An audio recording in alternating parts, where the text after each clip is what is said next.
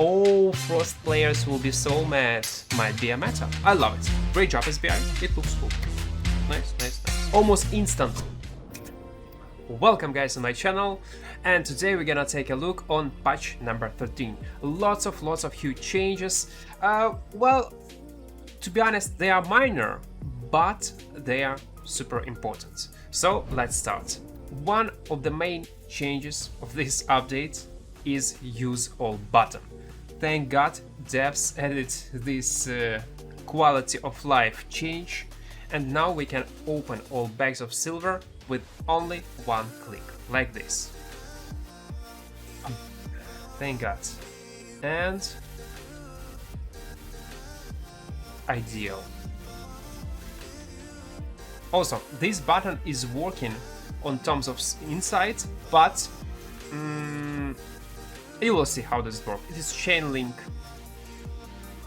activation, like this. See? The same thing is with regular tomes.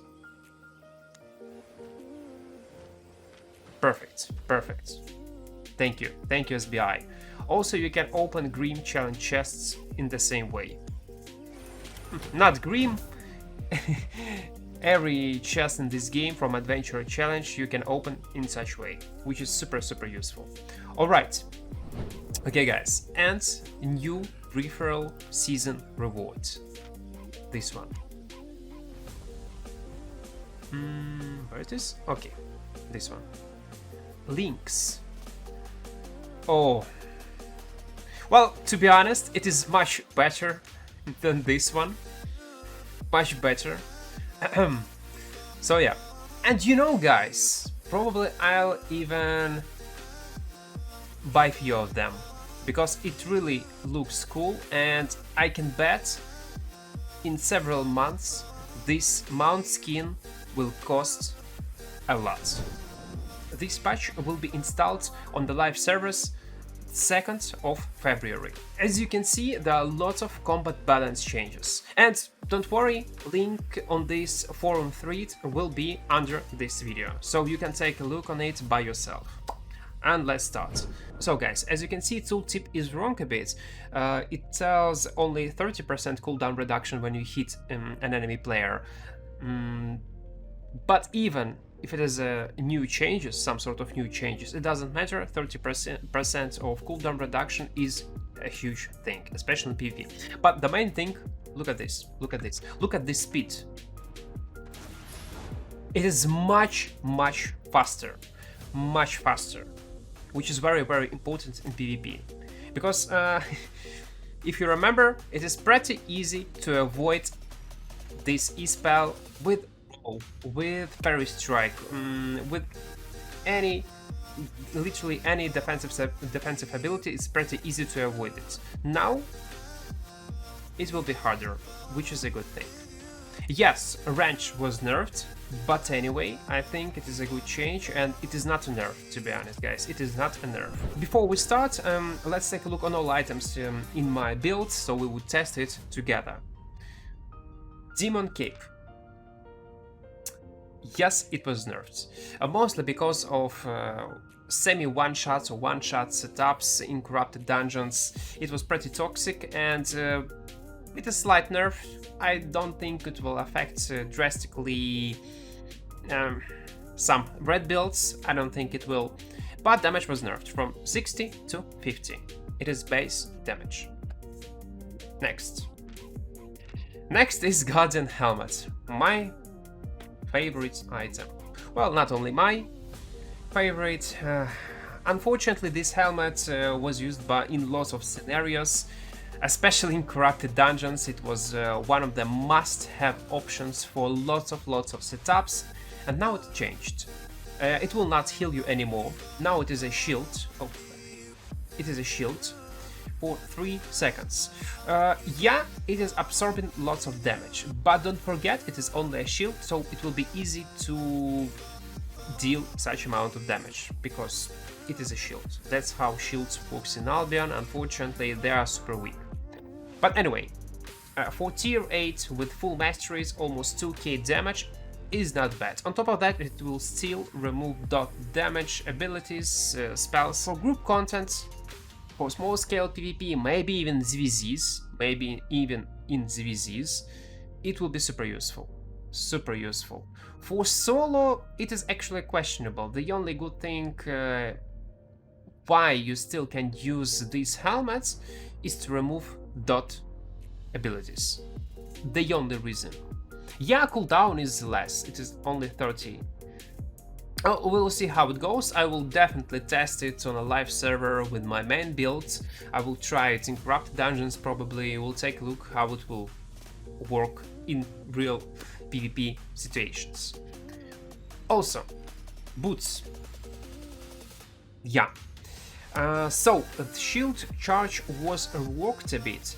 Basically, when you dash to your enemy, speed will be much higher. I'll show you, like this. See? Speed is much higher. And absorbed damage, amount of absorbed damage is higher too. The only tiny change is that you will not give shields to all allies around your final target. I think these boots and this helmet will be super useful in Hellgates 2v2, maybe in 5v5. For small scale PvP, I still don't think it will be a thing, because in open world you need mobility, and these boots get no mobility. Either you will be tanky at some points, but nah, they will not work. They will not work properly. Let's test my favorite change. I don't play maces mostly. I don't. But this change is really huge, and God, I'm really happy to see this change, because now PvE in dungeons, in open world, as a solo player will be much easier because of this new W ability, Ground Shaker. Look at this. Cast time is super tiny. And cooldown is super low. It is crazy. It is really crazy. With maximum specs on the test server, with tier 8 Oath Keepers, I can deal 1000 damage. 1100. It is crazy. Really crazy, guys. Okay, guys, so there is one more change on maces, and I love it. It is purely support spell, this guard rune with cast time. It looks awesome. I love it. Great job, SBI. It looks cool. Nice. So, when you come to this area, you are getting resist buff. 71. It is actually not bad. And the most important thing, healing received bonus by 25. You can combine it with Judicator armor.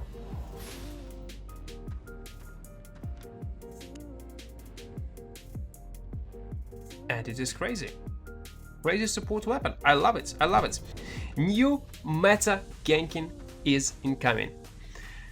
Why Grail Seeker was not so useful as it should be?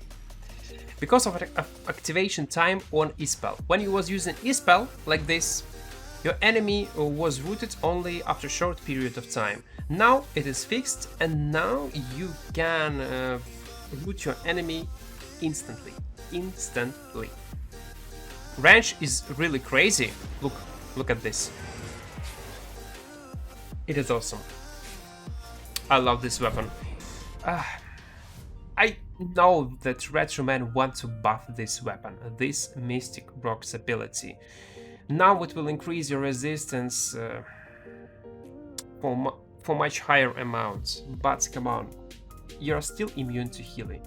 If you would have an opportunity to be immune to knockbacks too, this weapon might be useful. But in such scenarios, no. I don't see any scenarios where it could be played. I don't see any scenarios. Well, okay, it is what it is. Staff of Balance. Yeah, this weapon exists in Albion. Take a look, how does it look? yeah. I doubt that someone will use it. I really doubt. Lots of people afraid that it is a huge nerf, but it is not a huge nerf, especially Frost players, this Frost Nova. So damage was reduced a bit, and this stun duration was reduced too. But you still can avoid damage. It is nice movement spell ability. Cooldown is the same. It was not nerfed. So why not? You can still use this spell pretty successfully as you was doing before. The only change is that I'll just read it to you, so it would be much more understandable. Heat detection was revoked. It is now an instant explosion and no longer freezes enemies who touch the area after initial teleportation. Like this.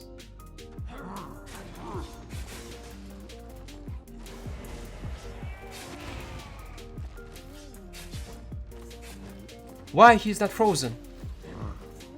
Retro man, maybe it is a bug. Let's try again, guys.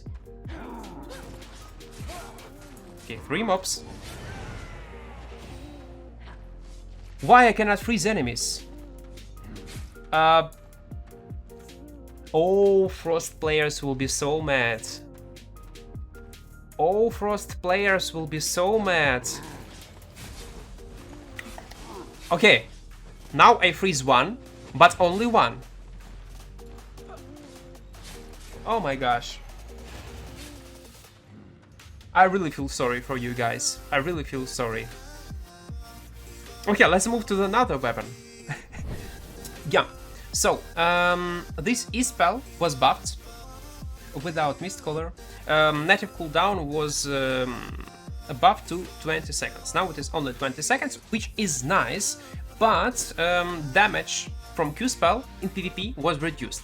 But damage from mobs was increased. And it is opening lots of opportunities to solo fame farm, even maybe in group dungeons. Let's just test this damage.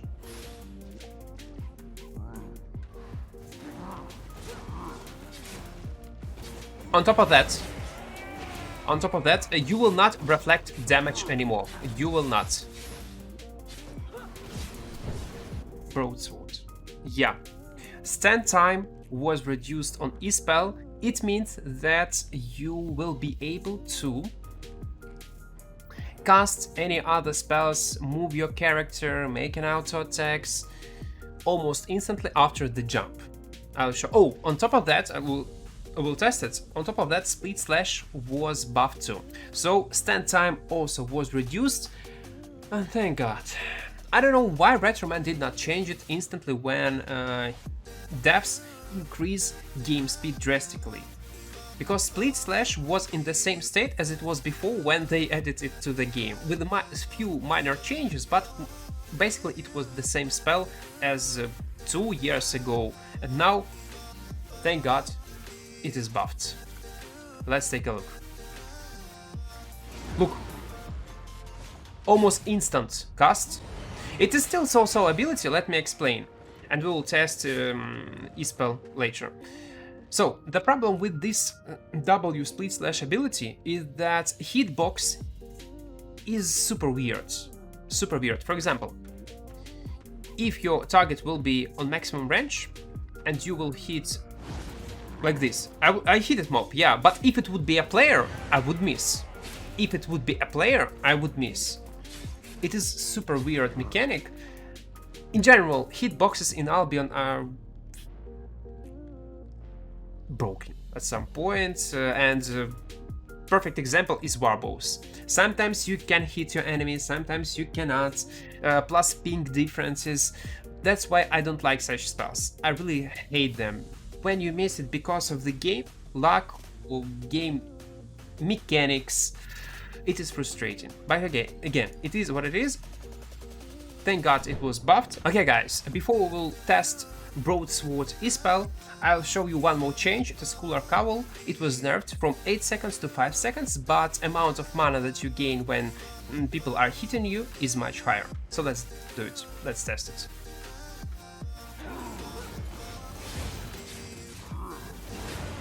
Okay. It was melee. E-spell hit. And by the way, speed of E-spell was buff too. Like this. Whoop. It feels so good right now. Nice. I'm really happy that Retroman changed it. BraodSword might be a meta in Corrupted Dungeons on the next patch. They might be. Thanks to these two tiny changes. They might be. Even if they would not be a meta, it is still very strong weapon even on the current patch. It is still very strong. And for today it is all. Thank you for watching, guys. I hope you enjoy this short overview of this new patch that will, I remind you guys, will be on the live servers on 2nd of February. Yeah, on 2nd. Stay safe, guys. Love you all. Bye, bye, bye.